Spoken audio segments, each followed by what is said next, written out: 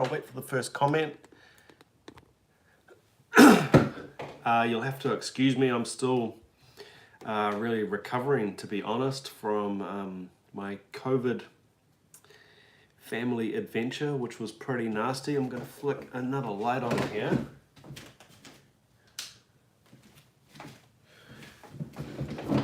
I've got my computer open here so I can have a look at your comments as they come in. Yeah, I'll just wait for somebody to say that this is coming through. I don't do these often enough to know the deal that well, to be honest, with live videos. So yeah, apologies on that. I'll assume that I'm coming through and everything's good. Yeah, and here we are with another one of the drumming legends, passed away far too young, obviously, and yeah, this one hits pretty hard for me. I mean, I try and be as transparent as possible on the channel, and with, like, for example, the Joey passing, I tried to make very clear that, you know, I wasn't a Slipknot fan. I didn't know anything about Slipknot. I didn't listen to Slipknot before that. And unfortunately, it took Joey's passing for me to actually stop and go, wow. And one part of that was, well, you guys commenting and saying, yo, Joey, can't believe this.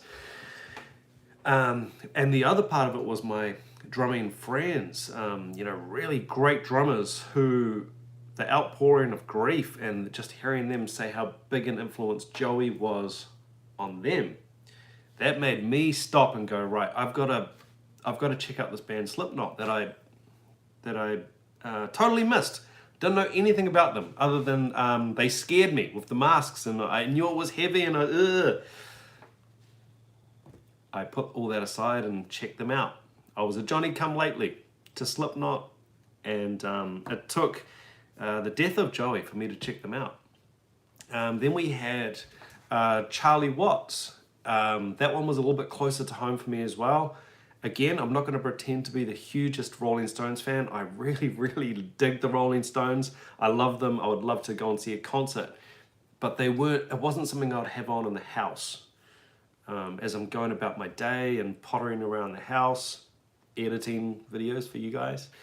So then there was the Charlie Watts passing. This one's completely different for me. This is someone who was a massive influence. I took parts of his drum parts, transcribed them at jazz school, did displacement exercises with them, all kinds of stuff. So this one's completely different for me. I was a Johnny come lately on Joey, became a fan, and learnt about him after the passing. This is, yeah, again, totally different. And if you're just joining in now, welcome, and you'll have to excuse me, I'm still a bit raspy from the ravages of COVID, which was pretty nasty, to be honest. And again, like Joey, this one has, you know, I've just been talking to so many drum friends, and yeah, the effect that Taylor had on them, you know, like me, you know, a big influence on my career as a working player, as a full-time professional player, is just huge. And my friends, you know, the same. Obviously, Taylor's you won't hear a bad word about Taylor. You probably won't ever hear a bad word about Dave Grohl either, despite both being wildly successful in massive bands. Just pretty genuine, down-to-earth. As down-to-earth as you can be when you're a internationally famous rock star, which is pretty cool.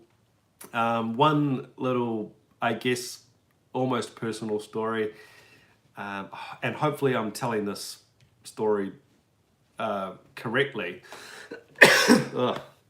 A lad that I used to teach drums with, another one of the teachers at Drum City, a place where I used to teach drums. he went on tour as support with the Foo Fighters. And again, hopefully this is correct, but it was something along the lines of there were a few things that shocked him on the tour. One was that he said Taylor Hawkins was practicing all the time. So straight away I was like, really? It's a rock star, man. And he said, no, he was going hard out, practicing constantly, working on stuff, working on the show, very hard working. And the other one was my friend had really crappy gear. As Kiwi drummers tend to have pretty basic gear a lot of the time. And he said Taylor actually gave him some cymbals. Just said, hey man, what's up with your cymbals? Do you need some cymbals? Have this, man.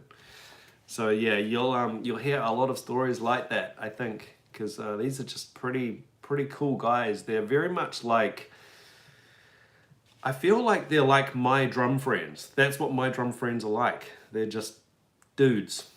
They're just dudes, guys or girls, and they're just cool. You know, there's no pretense, there's no pretension with these guys. You know, you get a lot of high and mighty ego rock star or film star stuff, and you don't really get that with these guys. They're just cool. Let's have a look at the messages here. Christopher Chaper, hello. I'm not on the coffee today. I'm actually on water because I'm just trying to make sure that my voice holds up for this live chat and for teaching today. Robert McCambridge drums, g'day. G'day. In terms of drumming, I mean, obviously this is incredibly sad for Dave, for his friends and family. But in terms of drumming, my God, what a powerful drummer. If anyone watched the video I released this morning, which was about a live solo, the power, the ideas, the chops, and the showmanship. Taylor Hawkins is absolutely irreplaceable. Probably again like Joey, an integral part of the band. And you know, on the press stuff, you know, he's the guy. If there's going to be one other guy in the photo, it's Taylor Hawkins. It's Dave Grohl and Taylor Hawkins. I almost look at it like that. It's their band. You've got that comedy duo thing, the back and forth, no hesitation, whip smart back and forth between Dave and Taylor. This is part of the gig. This is like a requirement of the gig. People who, I'm seeing a lot of backhanded compliments, a lot of musicians who, I'm gonna be a little bit careful what I say here. Well, for want of a better word, are just jealous of the success. The success is no accident. These guys are brilliant musicians. I would have Dave Grohl in the top 5 musicians of all time for me. He is that good. I mean, Nirvana alone would be a massive legacy. But then to carry it on into all this, not to mention Queens of the Stone Age and on and on and on. Crazy. And to be able to play drums that good, yeah, I've gone a little bit off topic, but as a drummer, incredibly powerful. For me, he's very metronomic. He sounds actually a lot like Dave Grohl. He looks a lot like Dave Grohl, actually. And he's very metronomic and precise. I've played a lot of Foo Fighters songs. I've taught a lot of Foo Fighters songs. Again, I can play the notes. The notes aren't a problem. Some of the parts are quite tricky, sure. But with a band like the Foo Fighters, this is the thing you gotta understand. And for people who are saying, oh, no, I don't like the Foo Fighters. It's sad, but I don't like the Foo Fighters, and you know the music's bad, or you know, if there's any of that, what they're not seeing is how the notes are being played. It's the whole package.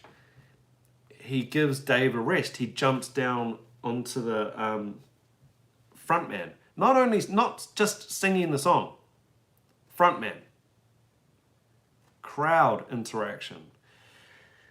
He's a great singer. He is a great rock and roll singer. On top of being a great drummer, songwriter, guitarist, all this stuff. I mean, this is irreplaceable. And if anybody, it's hard to explain. I got a little bit of stick on the Dave Grohl stuff that I did. I did a really big analysis of Dave Grohl and him playing, recently doing a playthrough of Smells Like Teen Spirit. And I did a big breakdown and talked about, why this is so good. Why I can't play it like that. Why you can't play it like that. Why other people can't play it like that. It's not the notes. This is the big misconception with drums and music. Oh, I could do that. Back in Black, AC/DC. Oh yeah, I can play that. No, you can't. You can't play that. And you can't do the gig. There's a big thing here that musicians miss. A big, really important thing that musicians miss. The first step is you wouldn't be asked to do the gig. You're not in the running. Now, I don't want to turn this negative. It's not a drum teacher rants video. That's on my drum teacher rants videos. But musicians miss this time and time again. You're not in the running. You're not going to be asked to play for the Foo Fighters. That's step one. The notes, playing the drum parts correctly, that's not the gig. I'm getting fired up now. Getting fired up. I need my coffee. That is not the gig. It's not. That's expected. It's like, well, yeah, of course, you're going to play the drum part properly. And you're going to knock it out of the park night after night in stadium, at stadium level performance and playing ability every night. Yeah, of course, you're going to do that. I couldn't do that. I couldn't even do that part of it, let alone jumping up and singing lead, being the front man, jokes back and forth that only brothers have, that just quick fire wit that you've got to have total confidence. There's no hesitation in these guys. They live, they walk it, they walk and talk the stuff. It's just them. They're not pretending to be these people. They're not pretending to be rock stars. They are rock stars. That's the thing, people. This is what people miss. I mean, what would I do? What am I going to do? Get up and sing a Queen song at Wembley? No, I can't do that. Am I going to be able to joke back and forth with Dave Grohl? Just in the moment, depending on what's happened in the crowd? No. This is the gig. This is what a rock star gig is. Anyway, hopefully I've made my point. Getting fired up. What have we got here? Marcus Brown was lucky enough to see Taylor perform with the Foos twice. I actually have tickets to see them here in Wellington. And oh, Marcus, you're in New Zealand. Not sure what's going to happen with that.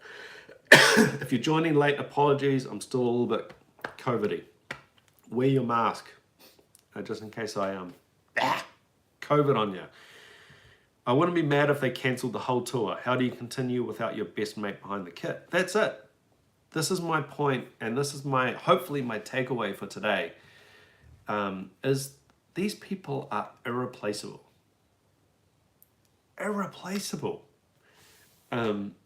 Suzanne Lash. Hi, everyone from Dallas, Texas. Suzanne, thank you so much for your support, and I've got a few more Led Zepp songs lined up that I think you're going to dig. Helen, thanks, Andrew, so sad, especially for his wife and kids. Oh my God, yeah, terrible. Shink, I fell in love with Taylor when I saw him play with Alanis on Dave Letterman. Yes. Now, just to clear up, Taylor is not the drummer on the recording of any of the Alanis stuff off the Jagged Little Pill album. I don't know beyond that, but yeah, that's not him playing drums on the album. That is Matt Log, LA Session King, another fantastic drummer who you won't know. You won't know about him, but you've heard him. He also played drums on the Cause albums, and yeah, Taylor. Now this is the thing, and Matt Logg's talked about this. Taylor's the guy for the tour. You know, you need a rock star for this gig, for the Alanis gig, for the Foo's gig. Yeah, not on the album, but you know, you definitely want to take him on tour because he's gonna rock the house. He looks cool. You know, the hair's flying. He hits hard. He hits from up here, man. This is stadium drumming. Different ballpark. You come off the stage and you are drenched from head to toe in sweat, and yeah, different world. Different world. What else we got here? Todd Gaster. Hi everyone, y'all kick ass. Love it. This is a really good comment. I could not imagine the pressure that comes along with playing the drums for a band where Dave Grohl is the guitar player. Brilliant comment. Couldn't have said it any better myself. Dave Grohl, you're talking about one of the great, this is without any, you can't argue this. He's one of the great drummers. Ringo, buddy. I mean, we're talking like really icon stuff. Charlie Watts, you know, this rare air of drummers. Dave Grohl's up there, for sure, absolutely. And then you're gonna play drums for him, man. You're gonna be bringing it.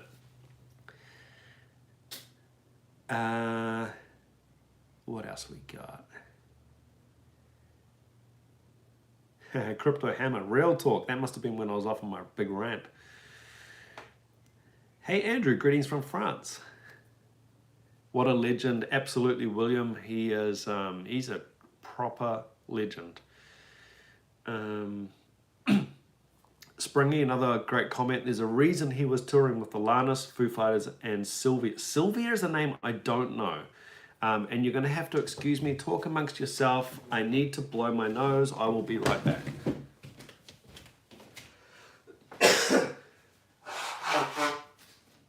Oh, man.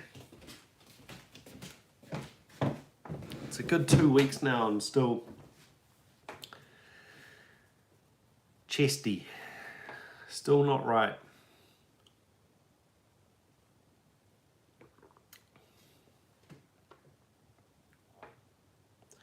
William Rockenbaugh, you're 100% right. Taylor was a beast and got to live the dream. And Jesse Little, sad for Dave Grohl. He was a drummer for a band where his lead singer died and his best friend as well, and created a band as a lead singer where his drummer died, also his best friend. So yeah, double whammy there for Dave Grohl. Hard to see how you recover from it, to be honest. Darren Day, that nose blow was in B minor. All right, I'll believe you.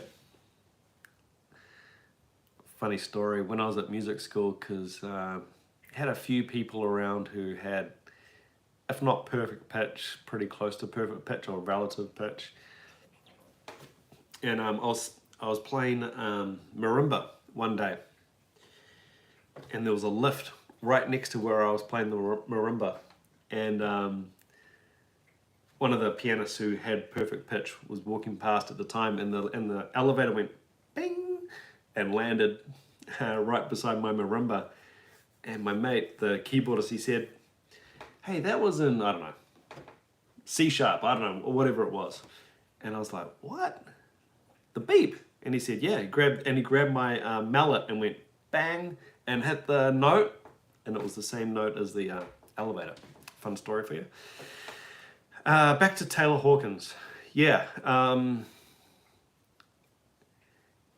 Speaking of him as a drummer, now this is I went off on a big, extended, dangerously brutal rant about what I see musicians missing time and time again.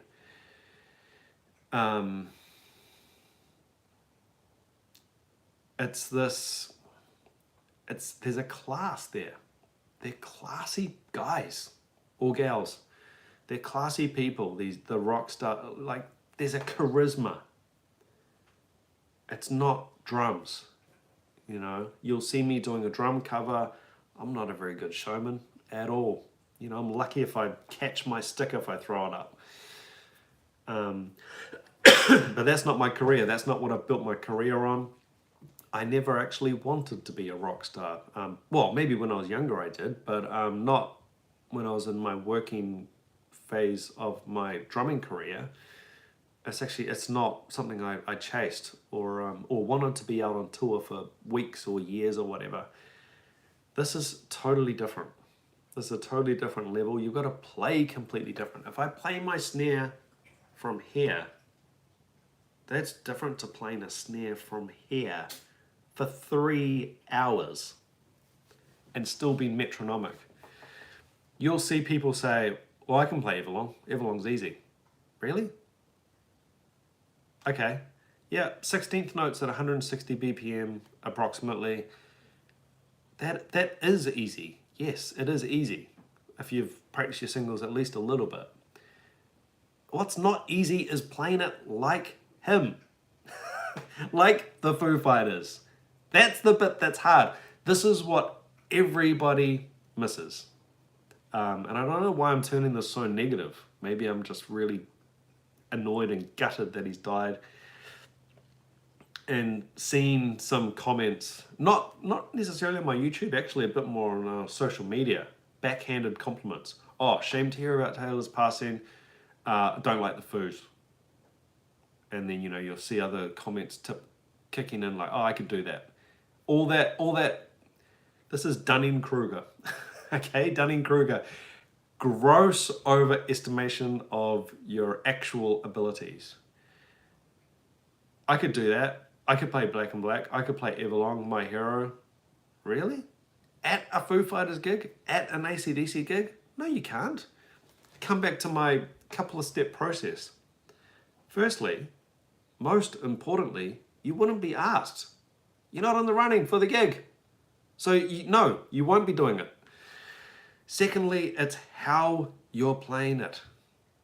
I can play Taylor's parts. I can't play them like him. Same on I did a Led Zeppelin cover, I think I dropped it 2 days ago. Yeah, I'm playing the notes. Do I play it like John Bonham? No, I'm not John Bonham. I'm me. There's no click. I'm trying to chase him as the band's speeding up and slowing down. I'm doing my best. But no, I'm not John Bonham. No one's John Bonham. It's just me having a go playing it. So yeah, I mean, it's like saying I can play. What was the Led Zepp song I did play the other day? Lost it. Whatever it was. Black Dog. Yes, I can play the notes. No, I'm not John Bonham. It's not like John Bonham. So this is this thing that people don't understand. I see it time and time again. I do a little bit of mentoring with younger bands, and we spend a lot of time. My thing is, I expect you guys to be able to play the notes. That's up to you guys. What we need to get is the other stuff. I've judged music competitions, band competitions. I don't really care about if the notes are perfect, how fast you can play. Couldn't care less. Am I entertained? Is this something that people are going to enjoy? Do people feel it? Do people like it? You know, you'll see a lot of critiques from people who have no subscribers or have no video content out, or who, you know, they'll do a gig and they're playing to the bar staff. Why? There's something's not right. Something's not working. Either the focus isn't in the right place, or, I mean, either just not good, or or the focus isn't in the right place. You got to entertain people. That's what the Foo Fighters do. And whether the songs are easy to play on the drums is a different story. Okay. Man, I'm fired up. It's probably because I'm not on my coffee, you know. This is what I'm like. I'm not on my coffee. I'm actually drinking water. And yeah. Poke the beer.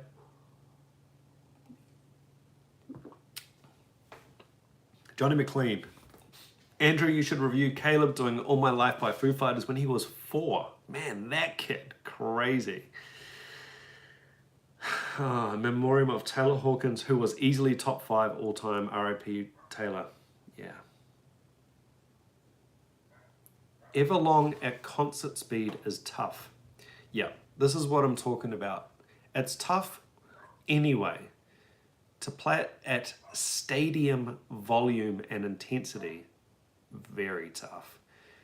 And this is what was so impressive about Nandi. Admittedly, she did come out and just do, as far as I know, the one song, so she could blow a lot of energy in that 3 or 4 minutes. Sure, absolutely. Taylor's doing this for hours, night after night. Very, very impressive. And apologies again, if you're just joining in, I'm still COVID-y, still struggling a bit.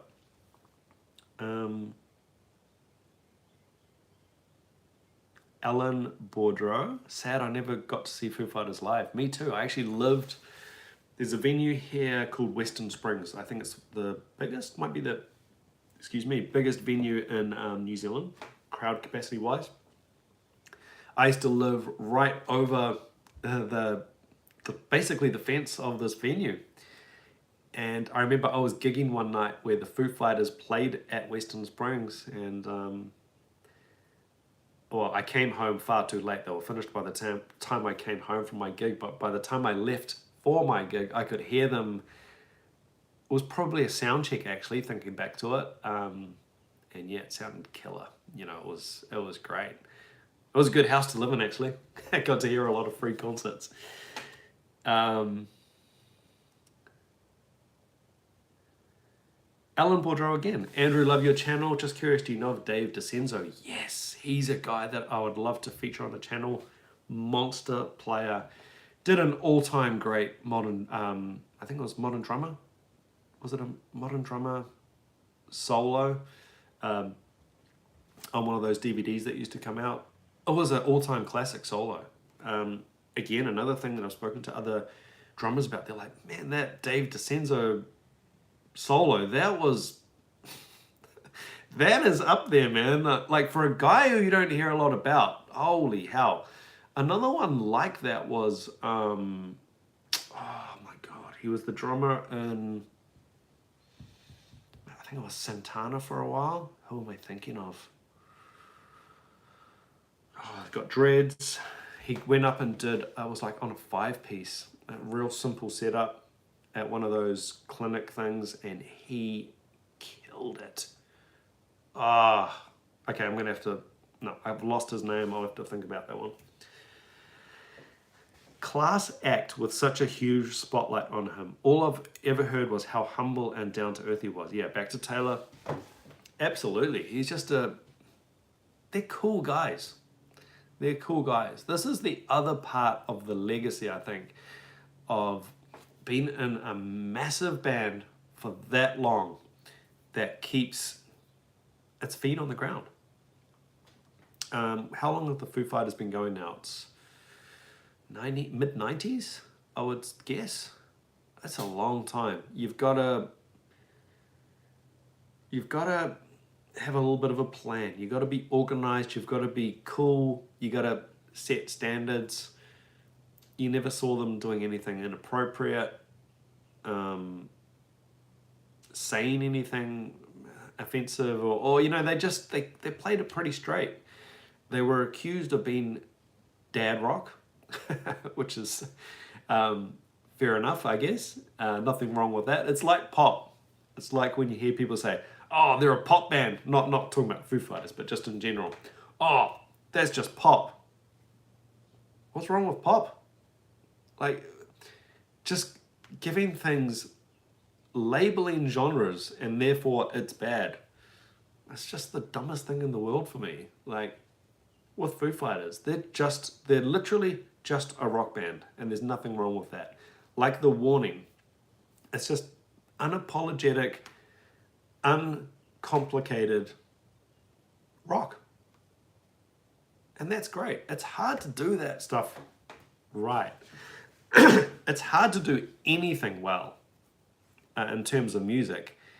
And you only need to look at album sales, total flops and fails, and lack of streaming downloads to find this out.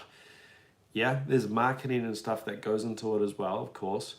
But it is hard to write a hit song. It is, the planets need to align and think about multiplying that to have a band legacy. Yeah, very, very difficult. Yo, Junk Drummer TV. What's up, Andrew? What's up, man? I'm so glad you could join in. I'm struggling. I need you to chat with me, brother. I'm struggling, still recovering from my COVID run-in. So, yeah, I'm not my normal self. And if you've just joined in, I've been doing some real talk, man, about the requirements of a big gig, like the Foo Fighters, where it doesn't get any bigger, you know. There's some bands where it just doesn't get any bigger, and we get this Dunning-Kruger effect of people, musicians, and who underestimate how good you need to be to do a gig like this, and the actual requirements of the gig. I'm going to go over it again if you've just joined in. Step 1. First of all, you need to be invited to do the gig. Major problem, because we're not going to be invited to do these kind of gigs. They're massive gigs. You've got to be killer. You've got to be, you know, nailing it, hitting it out of the park every night on the drums. That's the floor of being acceptable for the gig. Then the other stuff. What else are you going to bring to the table? You're already a rock star. Cool. Good. What else are you going to bring to the table? Oh, you can sing lead. You can sing lead. Not only can you sing lead, you can be a front man, a funny, crowd-pleasing front man who just kills it with the jokes, with the banter, back and forth, doing almost like the Freddie Mercury thing. We all know how big a fan Taylor was of Queen. He's got all that down. It's all part of his DNA. Joking back and forth with Dave Grohl like a comedy act. And this is not, I was going to say it's not easily replaceable. It's irreplaceable. No one on the planet can do it because no one's got this history with Dave Grohl. Again, it's not the drums. It's not the notes. A lot of us can play the notes. We can't play them like Taylor at that intensity, that power. It's all the other stuff. It's all the other stuff.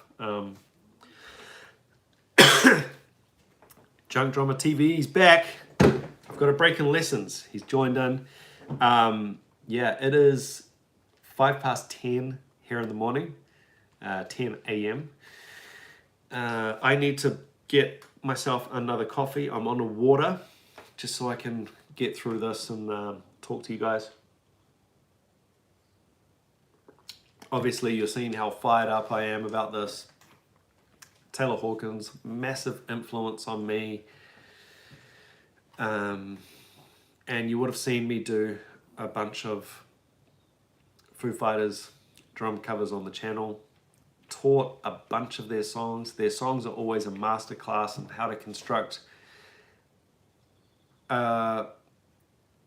let's call it a commercially viable rock song. Again, like pop, the label pop, there's nothing wrong with writing a commercially viable rock song. It's bloody hard to write a big selling rock song. Try it.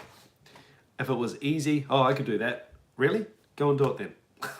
Let's hear your big hit song. It's really not easy. Oh, well, I could do it if I was as famous as them. But we're not. This is this thing. There's a hamster wheel here of things that you need, prerequisites, work you've already put in, so you can start compounding wins on top of it. It's really difficult. There's a reason why hardly anybody is in this rare era of legacy rock stars. It's difficult. Yeah, I'm going to be releasing really shortly. I've still got a few more rolling in. Maybe tomorrow morning, a tribute from some drum friends who agreed to add some thoughts. So I'm going to piece together a little bit of a tribute. I did the same for Joey because I noticed that so many of my drum friends, despite me not knowing about Joey at the time, I had so many drum friends who just, oh my God, I can't believe this has happened. And they contributed a video and I pieced it together. So I'm going to do the same for Taylor Hawkins. And as I said, I think at the start of the video, this one hits home a lot more for me. I was a Johnny come lately with Joey, had never listened to Slipknot, probably avoided it, to be completely honest. The masks, the whole scary thing, I thought of it as rah, all that stuff, and it took his passing and my friends' feedback for me to go, okay, hold on, I need to check this out. I need to give this a chance, and I really liked it. And it would have been what I would have liked at the time, so somehow I missed it, but such is life. Brian Yates, I agree, Andrew. What's wrong with playing for a stadium full of happy people? Yeah, there's nothing wrong with that. That is a massive gift that you're able to do that. And people just walking on air home from that gig like, oh, I saw my favorite band. Amazing. It's huge.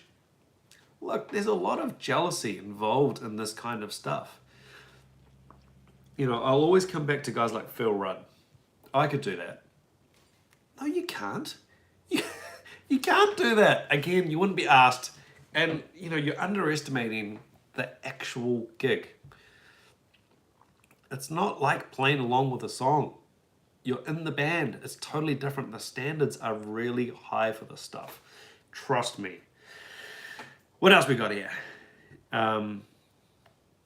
Keith, you are correct. There are a lot of great musicians and bands, but it's hard to get the exposure needed to make it to the big time. It's really difficult, man. You need something. You need something. I think I've already talked about this on the channel, and I've got to be a little bit careful here. This is probably a controversial statement. I actually don't make a lot of controversial statements, I don't think, on this channel. But I actually feel like rock is dead. And when I say that, not dead for the fans, I'm talking a little bit more about new bands and coming up, what's required for you to be a big rock band now. I'm not even sure this is a thing anymore, guys. The popular bands are the legacy bands. The popular bands are the bands that made it when rock was king. There's still a massive fan base for Led Zeppelin. Massive fan base, album sales, streaming for the Rolling Stones. Rush. Foo Fighters. Their sales, their streams are going to go through the roof now. These are old bands, guys. I went on a long car trip with my wife the other day, and I said to her, can you name me a new rock band? A new rock band. One. We sat there in the car in silence. Now, My wife, she, I guess, keeps up to date with stuff. She could not name me a new rock band. Now, even if we're casual observers, which we're not, we're more than that. If we can't name a rock band, you know, she went straight away into the ones that are popular now. Metallica, Led Zeppelin, Rolling Stones, Queen, I don't know, Elton John, he's not rock, but you know, that kind of stuff. This is old, guys. This is old music. This is from when rock was the thing. I don't think it's the thing now. So coming up as a rock band, the goalposts have moved. It's not like what it was. Will it come back? Maybe. Maybe not. Maybe it's like classical music. Let's face it, classical music had its time. It's not like we're improving classical music now. It was actually an era. Was rock music an era? Don't get me wrong, I'm not throwing shade at modern rock bands. I know there are modern rock bands out there. I'm not throwing shade. It's just an observation. Now, this is really interesting. The comments that are coming through now, I've gone completely off topic. Brian Yates, metal is still alive. Brian, I 100% agree with you. Metal, although a little bit more niche, I think, is like hip hop. It won't go away. It's hip hop has outlasted everybody's expectations. Hip hop evolves. But there's a big difference. Hip hop is based in a digital world. If you listen to some of the original hip hop, it was really funky, man. It was coming out of the disco era. Another one bites the dust, you know, with like Rapper's Delight, that kind of thing. Real instruments, funky bass, real drums on the original hip hop stuff. It evolves, it changes. It became a lot more digital. It's all on the grid, drum machines. So it lives in that world. Rock needs to be a little bit rough around the edges for me. I'm just going to call a spade a spade. I mean, the Rolling Stone stuff is rough. It's rough. You know, you'll hear Charlie Watts, he turns the beat over in the intro fill, the bloody intro fill of Start Me Up. Turns the beat over. They kept it in the recording. The time is like this. It's the end of the song, we're vamping, whoa, accelerando, and they're gone. That for me is rock. It's dangerous, it's rough, it's not clean or precise. Grunge, good example. Don't get me wrong, I'm not throwing shade, I'm not saying there's no good rock bands anymore. It's just an observation that they're not as visible as I think they once were. And in some ways, I don't know if they're as relevant. I've got to be a little bit careful what I say here, but yeah, you get some super interesting bands now though. We've got more of everything. You know, when the Beatles were around, when the Rolling Stones were around, Elvis, you didn't have a lot of choices. You know, you had classical, you had all of that stuff to call on, you had the classic jazz era, then you had rock and roll, and you could, you know, there weren't a lot of options, and thus you get explosions of bands like the Beatles, because in a way they don't have actually any competition. They're really good, but they don't have a lot of competition. Now we've got, I mean, I could release an album today from my bedroom. It's not going to be very good, but it's just going to add to this massive pile of music that we can never listen to. There's too much music you will never be able to hear all the music in the world, ever. It's just, there's far too much of it. Recording used to be very difficult to do, very expensive to do. It's the opposite now. It was very elite before. You had to be really, really good to get into a studio for months on end to record an album. It was super expensive. Now it's cheap. So you get flooded. You get a market that's flooded with music. Some of it great, some of it mediocre, a lot of it bad that no one's going to listen to. Okay, what do we got here? Lawrence, great points, Andrew. Yes. Greta Van Fleet. Now, your comment is right. I agree. Greta Van Fleet. My problem, Walter, with this comment is this is the answer everybody gives me when it comes to modern rock bands. Again, not throwing shade. Can you name me a modern rock band? Think about it for a while. Greta Van Fleet.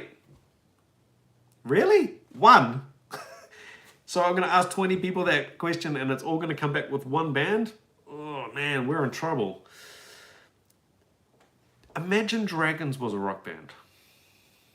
That's a little bit debatable for me. That they're verging more on the electronica side of things. Jacob, you've said the other one that everybody says, Arctic Monkeys. Have a listen to their recent stuff. That's completely changed. They were such a breath of fresh air when they came out. It was, rough and messy and dirty and interesting. And then they released that bizarre album. It wasn't, I shouldn't say bizarre. It was different. It was a total departure and very electronic-y. It's this Maroon 5 effect, guys, where we start with a band and we end up with a singer with his shirt off, auto-tuned. Again, not throwing shade. I quite like Maroon 5, especially the early stuff. But it's this thing of it ends up being a product. It ends up being a person. The front man and the band's off. They're sort of off in the background. Part of this all comes back to digital quantization, digital perfection, and recreating that live. How do we recreate perfection live? We hire a session band. Those guys are so good, they can recreate this live because they're literally that good on their instruments. Major problem. You've lost the character and the personality of the actual band. This is where the grunge guys had it down. Like Taylor Hawkins, like Lars Ulrich, I'm going to throw his name in there, irreplaceable. Who's going to replace Lars and play like Lars? Now, I don't want jokes about Lars, but he's part of the band. He's not a guy in the shadows, tapping along to a backing track. He's a band member. He's in photos with the band. Brian Yates, Gojira and Ginger are still pushing boundaries in music. 100% agree. This is what I'm saying though. I 100% agree. I just don't think, I wouldn't class them as rock stars though, if that makes sense. Are they great bands? Yes, I think so. And I just wish them all the best. I hope they just kill it and prove me wrong. I'm talking about stadium kind of stuff. Big rock star kind of stuff. Junk Drummer, he's back. Metal is recession proof. 100% agree. I think hip hop's the same. Jacob, punk rock is coming back. That's really cool. You get the shoegaze stuff as well. I've got lots of students really keen on that. I've got some students who are really classy musos. And then they'll do that kind of thing and they just have so much fun. They might even swap instruments and just play rough and ready punk or shoegaze, indie, rough type of stuff, and they really dig it. This is the beauty of rock. You can afford to be messy. It doesn't need to be perfect. Turn the click track off. Just play. Have some fun. Vibe off each other. If the bridge speeds up, it speeds up. Who cares? We're having fun. We're rocking the house. This is what it was like. I mean, Steve, Junk Drummer, he'll agree with me. When you're first playing, this is what it's all about. You have a party up there, man. You're like so hyped for the gig. There's no way you're going to be able to play in time. You're off. You've got hundreds of people, your friends and stuff in the crowd. They're all pogo sticking around, jumping around, you just go crazy, man. Finish your set and collapse off the drum stool. Steve, I'll catch you, brother. We're going to talk soon. And I'm going to wrap this up real soon. I need to grab myself another coffee. Linkin Park, Lawrence, yep, you're right. Again, this is an older group though. This is going back decades now. I'm talking about new stuff. Don't get me wrong. I'm not saying new stuff's bad. That's 100% what I'm not saying. I'm saying it's not as visible, it's not as popular, it's not as known. We've just got so much music now. Very hard to stand out. And there is only so much within reason we can do with bass, drums, and guitar. I know the Rush fans are going to go, hey, Rush can do more. Yeah, but it's still bass, drums, and guitar. So you're still in that world, you know. Metal will always be huge in its own way. Rock needs the mainstream exposure. 100% agree. Metal is the genre that has shocked me the most doing these videos. The fans, you guys, the passion. When I talked to Jamie St. Marat from Ulcerate about this, and he sort of gave me a rundown on, you know, metal, what the community's like, you know, what it's like to be in a good metal band. These guys, the supporters, are lifers. You're a metal fan, and I don't want to say that's it, but you're committed. You've got your team. You've got your team's colors, man. You're a metal fan. You're passionate. I used the spicy food analogy with metal, whereas you know, I can see you get a taste of it, and it's like, oh, this is harsh. I like it. It's hitting me primally, at a primal level, and like spicy food, you need a little bit more. Oh, I want more of that. Take a little bit more, and then, you know, your tolerance goes up. It's like, yeah, I need a bigger hit. I need a bigger hit, man. Your tolerance goes up, and yeah, I want more of that. I want more. And then it, you know, it might get darker and darker. And metal has, over the years, got more harsh, more dark. Because people's tolerance goes up, right? You listen to some of the Black Sabbath stuff now, which was considered metal. And it doesn't sound like metal now, you know. It's different. So yeah, I can totally understand that. I've been shocked and so impressed and amazed at yeah, the metal fans are just simply amazing. What else we've got here? I think we've got people who are trying to throw in bands. Warren, okay, Coldplay is definitely rock. Same with Muse. I agree with you. My point here is not that there's no relevant rock bands now. I'm talking about new relevant rock bands. Coldplay is, what's that, mid-90s? Is it? Late 90s, perhaps? That's a long time ago, man. And they established their fan base then, when rock was still king. When you still had guitar. Let's put it like this. Guitar-based songs on the radio. To use an old man term, the radio, the wireless. Or a Spotify hit song that is guitar-based, I guess. Real drums, real bass, real instruments. And a further qualifier, perhaps real instruments not quantized, that are just in the moment. This is why bands like Led Zeppelin, Rush, Rolling Stones, the Beatles are always going to be listened to. In my opinion, they're always going to be listened to because it's real in the moment. It's imperfect because it's human beings playing the music. you could listen to, I imagine, a Led Zeppelin song 100 times and you're probably going to hear something different each time. Recording the Led Zeppelin tune I did the other day, Black Dog, you know, I had my headphones on, good headphones.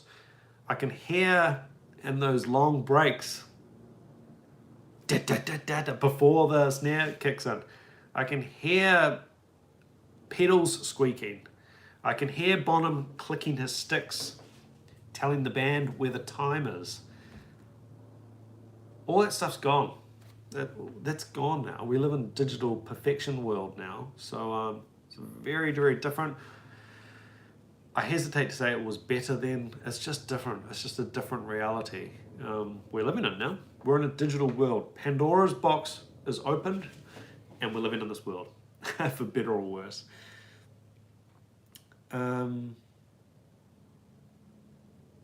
Jet. Again, you're sort of proving my point. How old is Jet now? That must be early 2000s. And I'm the same. I look at Jet as a modern rock band. I fall into this trap all the time. I do this with Sublime. Man, I'm old. Sublime, Chili's. Oh, let's do something, you know, let's do some more modern stuff in the cover set. You know, some Chili's, some Sublime. Hold on, bro. That's 25 years old.